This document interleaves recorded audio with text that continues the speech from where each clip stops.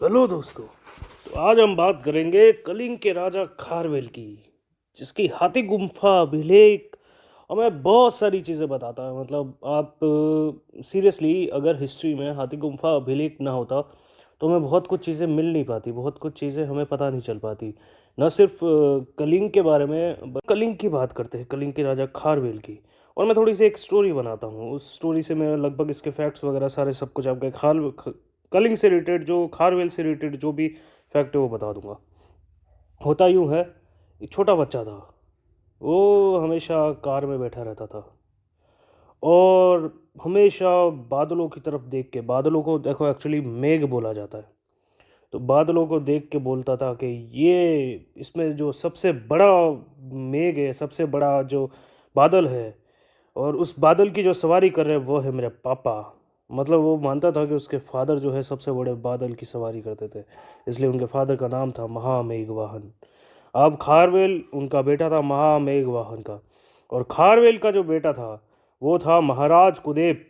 अब कुदेप क्यों? क्योंकि ये ऐसा बंदा था जो पाताल में कूदा एक बार, और पाताल में कूद के उसने पाताल में कूद के पाताल पर गुहा लेक बना दिया, और उसका नाम था कुदेप। क्योंकि कूदे पाताल में, कूदे तो कूदने से बन गया नाम उनका कुदेप, और क्योंकि वो कूदे थे पाताल में तो पातालपुर गुहा लेक जो बनाया गया है, वो पातालपुर गुहा लेक लिखा गया कुदेप के द्वारा।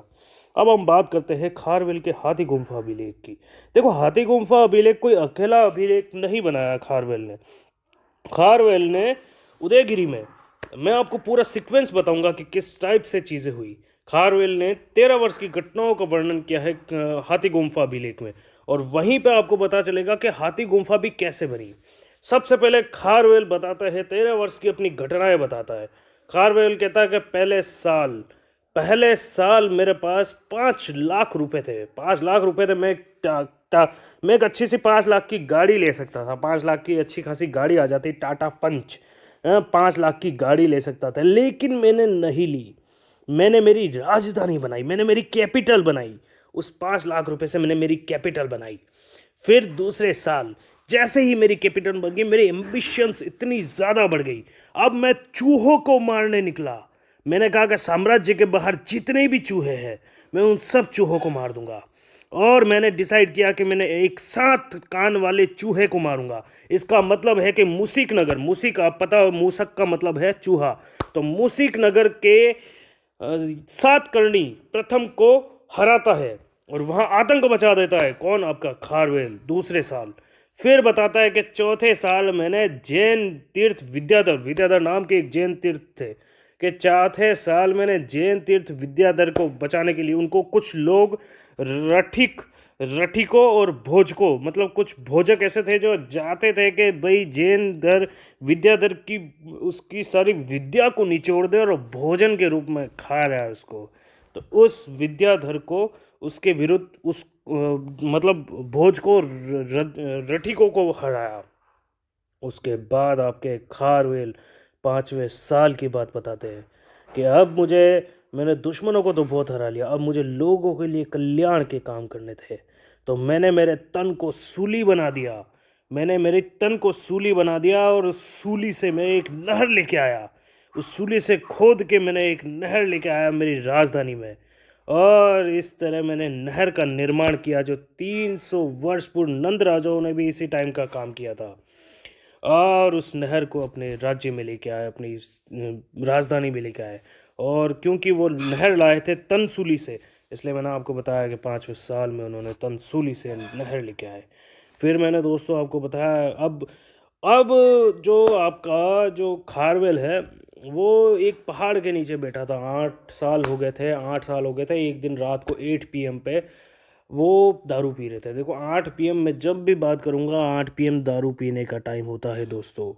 आपके लिए नहीं, आप पढ़ रहे हो, आपके लिए नहीं, लेकिन जिनको पीना है वो 8 बजे पी लिया करे। राजस्थान में दारू की दुकानें बंद हो जाती है। Jokes apart. तो 8 बजे आपके जो खारवेल थे वो पर्वत के नीचे बैठ के पी रहे थे। उन्होंने देखा कि एक पहाड़ी पर गाय रथ चला रही है। तो उनको थोड़ा अजीब लगा कि यार, गाय के ऊपर इतना ज़्यादा गाय को परेशान किया जा रहा है भाई साहब, मतलब गोरथ चलाया जा रहा है, और गाय वहाँ से बेचारी गिर गई। उस पर्वत का नाम पड़ गया गोरतगिरी। अब उसको लगा कि ये किसका काम है, तो कह के ये काम है यवनों का, क्योंकि वो होते हैं, यवन जो है वो हिंदू नहीं होते, तो वो गाय की इतनी ज़्यादा वो करते नहीं है। तो गोरखपुर जो पर्वत है उस पे चढ़े आपके खारवेल, और उसके गोरखगिरी जो पर्वत है उसको पार करके खारवेल आपके नीचे उतरे, और उसने यवनों का सफाया कर दिया। यवनों में भी एक ऐसा जिसका नाम था देमित्री, देमित्री या दिमित्र, वो क्या सबको कहता था देमित्र, मतलब तुम लोगों के सारे मित्रों को भी मैं ख़त्म कर दूंगा, इस टाइप का आदमी कि भाई अगर खारवेल आया तो खारवेल तू अपने दोस्त सारे मुझे दे दे, क्योंकि तू भी ख़त्म होने वाला है। खारवेल ने देमित्र को मार दिया। या फिर आप ऐसे भी याद कर सकते हैं कि दो मित्रों के समान जो व्यक्ति था उसको खारवेल ने ख़त्म कर दिया, यमन राजा को। अब दारू अच्छा खासा पी लिया था, अब उनको चढ़ी हुई थी। अब वो क्या कि मैं साडा फॉर्चूनर लाऊंगा, मैं साडा फॉर्चूनर लाऊंगा। अब साडा फॉर्चूनर मतलब फॉर्चूनर आती है 38 लाख रुपए की। अब किसी ने बोला कि भाई साहब देखो फॉर्चूनर तो साल 2 साल बाद सर्विस मांगेगी, आपके दिक्कत हो जाएगी, फालतू का खर्चा इतना क्यों करना, कि एक काम करो ना यार, आपने जो प्राची नगर जो बसाया है, जो प्राची नगर जो है प्राची देसाई के नाम पे, नहीं नहीं नहीं प्राची देसाई नहीं, प्राची नगर, प्राची नगर जो बसाया है उसके किनारे एक महाविजय प्रसाद बना दो ना। महाविजय प्रसाद मतलब आपकी जो विजय है उसका, उसके उपलक्ष्य में एक अच्छा सा भवन बना दो, ज़्यादा ख्याति मिलेगी। फॉर्च्यूनर लाओगे 38 लाख रुपए की, वो इतना कुछ खास मिलेगा नहीं, यहाँ तो आपको इतना सब कुछ मिल रहा है। तो ये सोचकर उन्होंने प्राचीन नगर के दोनों किनारों पर महाविजय प्रसाद बनाया, और 10वें साल उन्होंने कहा कि मैं गंगा घाटी के आसपास के सारे जो राज्य है उनको, उन पर आक्रमण करूंगा। देखो कलिंग का राजा खारवेल की बात कर रहा हूँ मैं दोस्तों, ठीक है, काफ़ी ज़्यादा आपको सुनने को मिलेगा उनके बारे में। तो उन्होंने कहा 10वें साल में गंगा के किनारे सारे पर आक्रमण करूंगा, लेकिन फिर उनको लगा कि यार ये चीज़ ज़्यादा एफिशिएंट हो नहीं पाएगी, तो उन्होंने कहा कि 10 बहाने करने लग गए, कहा चलो छोड़ो, कल कल करेंगे, आज करेंगे, कल परसों। फिर उन्होंने कहा कि भाई शासन के 11वें साल अब गंगा क्षेत्र को मैं जीत लूँगा, उसके बाद शासन के 11वें साल मैं जाऊंगा साउथ इंडिया, और साउथ इंडिया में बोली जाती है, सब साउथ इंडिया में सबसे ज़्यादा डोमिनेंस था तमिल का।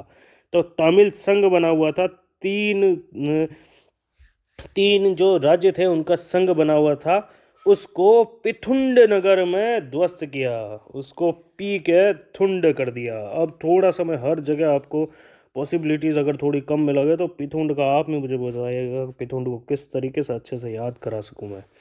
तो पिथुंड नगर को ध्वस्त किया। अब 12वें साल मगध नरेश ने एक जो राजा था उससे बहुत ज़्यादा बहस की, उसके पास गए, उसको हराया और उससे बहस की कि जिन की मूर्ति तो मेरी है, जो जिन भगवान जो है जैनिज़्म में, क्योंकि वो जिन की मूर्ति मेरी है जो 300 साल पहले नंद शासक मगध ले गया था।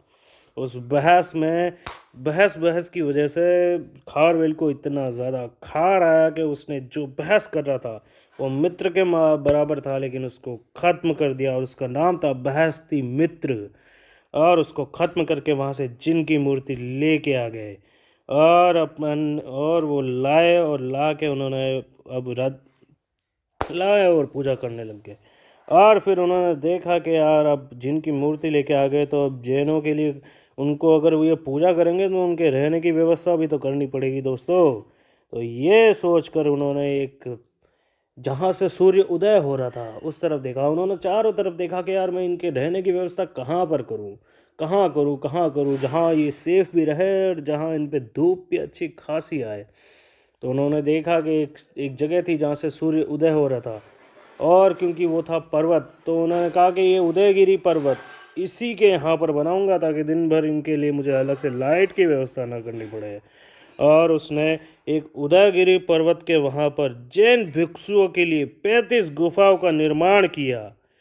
उदयगिरी पर्वत में 35 गुफाएं बनाई दोस्तों, और उन्हीं 35 गुफाओं में उसने अलग अलग गुफाएं बनाई, जिसमें से था एक रानी गुफा, क्योंकि उनकी रानी पीछे से आई कि सर बेबी कभी कभी मैं भी यहाँ आ जाया करूँगी, तो मेरे लिए भी तो कुछ होना चाहिए। तो उन्होंने कहा वाई नॉट, वाई नॉट, तुम्हारे लिए भी एक गुफा होगी। तो क्या एक रानी गुफा बनाई। फिर उन्होंने खंडगिरी में एक अनंत गुफा बनाई, एक ऐसी गुफा बनाई जो अनंत है, जिसके अंदर गए तो आप कभी बाहर नहीं निकल सकते। इस टाइप की एक अनंत गुफा बनाई उन्होंने, और उस पे उन्होंने ऐसी ऐसी पेंटिंग की ताकि लोग एक बार देखें तो उनको लगे कि ये पेंटिंग्स कभी ख़त्म ही नहीं होगी, और वो उन पेंटिंग्स को देखते जाएंगे। और अनंत गुफा बनाई उन्होंने इस टाइप से। फिर उन्होंने गणेश जी के नाम पे कि जय श्री गणेश, गणेश जी के नाम पे एक गणेश गुफा, हाथी गुफा, स्वर्गपुरी गुफा, और ये सारी चीज़ बनाई। और क्योंकि खारवेल एक जैनी था, तो साथ में म्यूज़िक भी बहुत ज़्यादा, उनको म्यूज़िक बहुत पसंद था। तो ये हमारे खारवेल की हाथी गुफा विलेज के बारे में चार तीनों की 13 जो चीज़ें हैं उन्होंने अपने बारे में कही, वो मैं आपको बता चुका हूँ और आपको याद करा चुका हूँ। दोस्तों, इसको हमेशा याद रखना और ज़्यादा अच्छे से याद हो इसके लिए वापस से इसको सारा का सारा पढ़ना और सुनना। थैंक यू दोस्तों। और प्लीज़ लाइक कर देना और सब्सक्राइब भी कर देना, और मेरे वीडियो को इतना ज़्यादा शेयर करो ताकि मुझे इतनी